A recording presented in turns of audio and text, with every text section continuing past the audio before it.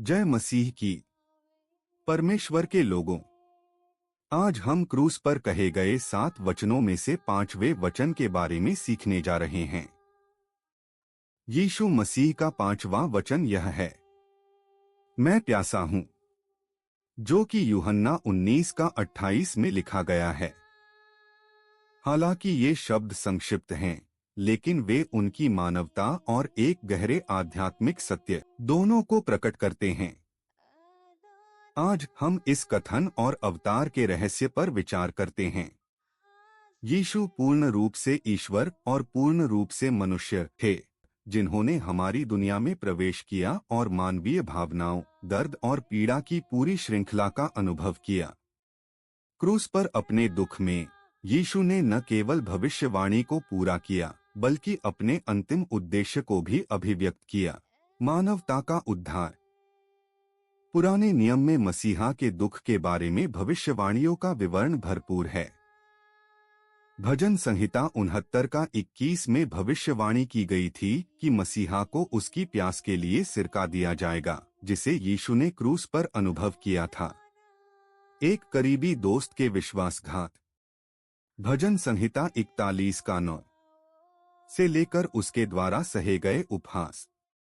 भजन संहिता 22 तक उसके दुख में हर घटना की भविष्यवाणी की गई थी, जो पवित्र शास्त्र की दिव्य प्रेरणा और उद्धार के लिए परमेश्वर की योजना की सटीकता को दर्शाता है। अवतार एक गहन रहस्य है, जिसे यीशु ने पूर्ण रूप से ईश्वरीय और पूर्ण रूप से मानव पूर्ण एकता में अनुभव किया। वह पूरी तरह से दिव्य और मानव दोनों था। ईश्वरीय स्वभाव। ईश्वरीय स्वभाव परमेश्वर के रूप में यीशु प्रारंभ से ही वचन के रूप में अस्तित्व में था, जो देहधारी हुआ। यूहन्ना 1 का 1 से 3 तक।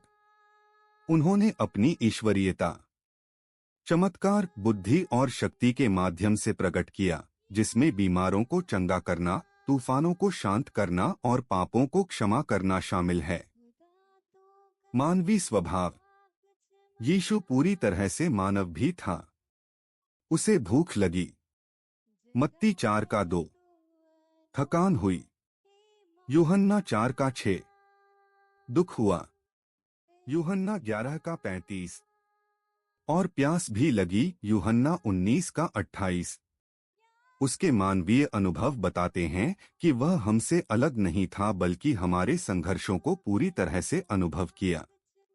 जब यीशु ने कहा, मैं प्यासा हूं, तो उसने एक शारीरिक जरूरत व्यक्त की, लेकिन यह क्षण कहीं अधिक गहरा है। यीशु ने इस पीड़ा से बचने की कोशिश नहीं की, बल्कि इसे पूरी तरह से अनुभव करने का विकल्प चुना। इससे पता चलता है कि यीशु एक अलग, अप्रभावित ईश्वर नहीं है, बल्कि वह हमारे संघर्षों को समझता है। यीशु की प्यास बुझाने का पहला प्रस्ताव। क्रूस पर चढ़ाए जाने के आरंभ में यीशु को पित्त मिश्रित दाख रस दी गई, जो उसके दर्द को कम करने के लिए थी। मत्ती 27 का 33 से 35 तक। लेकिन उसने इसे अस्वीकार कर दिया।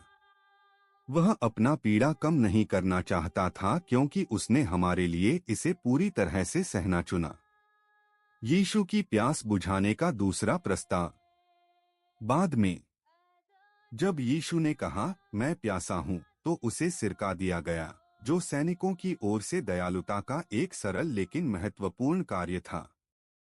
इस पल ने उसकी वास्तविक प्यास को प्रदर्शित किया, शारीरिक और आध्यात्मिक दोनों, क्योंकि वह मानवता के उद्धार के लिए तड़प रहा था। यीशु की पीड़ा सिर्फ शारीरिक नहीं थी, यह गहरी आध्यात्मिक पीड़ा भी थी। उन्होंने मानवता के पाप का बोझ उठाया, हमारे गिर जाने का पूरा परिणाम को सहा। उनका दर्द हमारे मिलमिलाप के लिए ईश्वर की उत्तम योजना का हिस्सा था। अपने दुख में यीशु हमें दिखाते हैं कि कैसे विश्वास के साथ दर्द सहा जा सकता है। इब्रानियों 4 का 15 हमें याद दिलाता है कि यीशु हमारे दर्द को समझते हैं, क्योंकि उन्होंने खुद इसका अनुभव किया है। जब हम पीड़ित होते हैं, तो हम अकेले नहीं होते। यीशु हमारे साथ होते हैं, हमारे गहरे संघर्षों के प्रति सहानुभूति रखते हैं। यीशु हमारे दुख से दूर नहीं है, वह पूरी तरह से हमारे दुख को समझते हैं और अब वह हमारे साथ हमारे दुख में चलता है। दर्द में उद्देश्य खोजने का एक शक्तिशाली उदाहरण एलिजाबेथ प्रेंटिस से मिलता है, जिन्होंने 2 बच्चों की मृत्यु सहित निरंतर दर्द और दुख को सहते हुए more love to thee O Christ भजन लिखा था। उनका दुख प्रेरणा का स्रोत बन गया, जिसने हमें दिखाया कि सबसे कठिन समय में भी ईश्वर पीड़ा से सुंदरता ला सकते हैं। एलिजाबेथ का उदाहरण हमें याद दिलाता है कि हमारे दर्द का एक उद्देश्य है। हालांकि यह चोट को नकारता नहीं है, लेकिन ईश्वर इसका उपयोग हमारे विश्वास को आकार देने के लिए कर सकता है, जैसा कि उसने मसीह की पीड़ा के माध्यम से एक उदाहरण को स्थापित किया था। हमारा दर्द अगर ईश्वर को समर्पित हो जाए तो उसकी कृपा और विश्वासयोग्यता का एक शक्तिशाली प्रमाण बन जाता है। जबकि यीशु क्रूस पर शारीरिक रूप से प्यासे थे, उनकी सबसे बड़ी प्यास आध्यात्मिक थी। हमारे उद्धार की लालसा। कुएं पर सामरी स्त्री से मुलाकात के दौरान, जिसका जिक्र यूहन्ना 4 का 7 से 14 तक में किया गया है, यीशु ने उसे जीवन का जल दिया, जो उसके द्वारा प्रदान किए जाने वाले अनंत जीवन का प्रतीक है। क्रूस पर उनकी प्यास एक गहरी आत्मिक इच्छा थी कि हम जीवित जल प्राप्त करें, जो हमारी गहरी जरूरतों को पूरा करेगा और हमें फिर कभी आत्मिक रूप से प्यासा नहीं छोड़ेगा। हमारे उद्धार के लिए यीशु की प्यास हमारे लिए उसके अथाह प्रेम और छुटकारे के कार्य को पूरा करने के लिए उसकी प्रतिबद्धता को दर्शाती है, यहाँ तक कि उसके सबसे बड़ी शारीरिक कमजोरी के क्षण में भी। आपकी बेहतर समझ के लिए मैं आपके सामने एक उदाहरण प्रस्तुत करने जा रहा हूँ। 1994 में डेप्यूटी शेरिफ लॉयड प्रिस्कॉट के वीरतापूर्ण कार्य आत्मबलिदान की एक अद्भुत छवि प्रस्तुत करते हैं। खुद को बंधक के रूप में प्रच्छन्न करते हुए उन्होंने एक खतरनाक स्थिति में दूसरों को बचाने के लिए अपनी जान जोखिम में डाल दी। यीशु की तरह जो हमें बचाने के लिए हमारी परिस्थिति में आए, प्रेस्कॉट ने दूसरों को बचाने के लिए उनकी उस समय जानलेवा परिस्थिति में कदम रखा। यीशु ने हमें पाप और मृत्यु के बंधन से छुड़ाने के लिए क्रूस पर अपना जीवन दे दिया। यीशु की तरह उनका बलिदान भी निस्वार्थ प्रेम का कार्य था, जिसने दूसरों को मुक्ति दिलाई। यीशु पूर्ण रूप से ईश्वर और पूर्ण रूप से मनुष्य था, जिसने ऐसे तरीकों से पीड़ा सहन की जिसे हम शायद ही समझ सकें। क्रूस पर उनकी प्यास शारीरिक और आध्यात्मिक दोनों थी, जो हमारे उद्धार के लिए उनकी गहरी लालसा को दर्शाती है। यीशु हमारे दयालु उद्धारकर्ता हमारे दर्द को समझते हैं, क्योंकि वे स्वयं इससे गुजरे हैं। जब हम अपने संघर्षों का सामना करते हैं तो हम यह जानकर आराम पा सकते हैं कि यीशु हमारे साथ हैं, अनंत जीवन का जल पाने का मौका दे रहे हैं।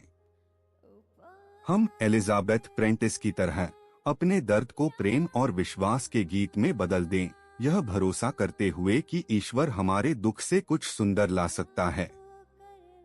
आइए हम यीशु की मानवता और ईश्वरता दोनों को अपनाएं, यह जानते हुए कि वह हमारे संघर्षों को समझता है और हमारे दर्द में हमें आशा प्रदान करता है।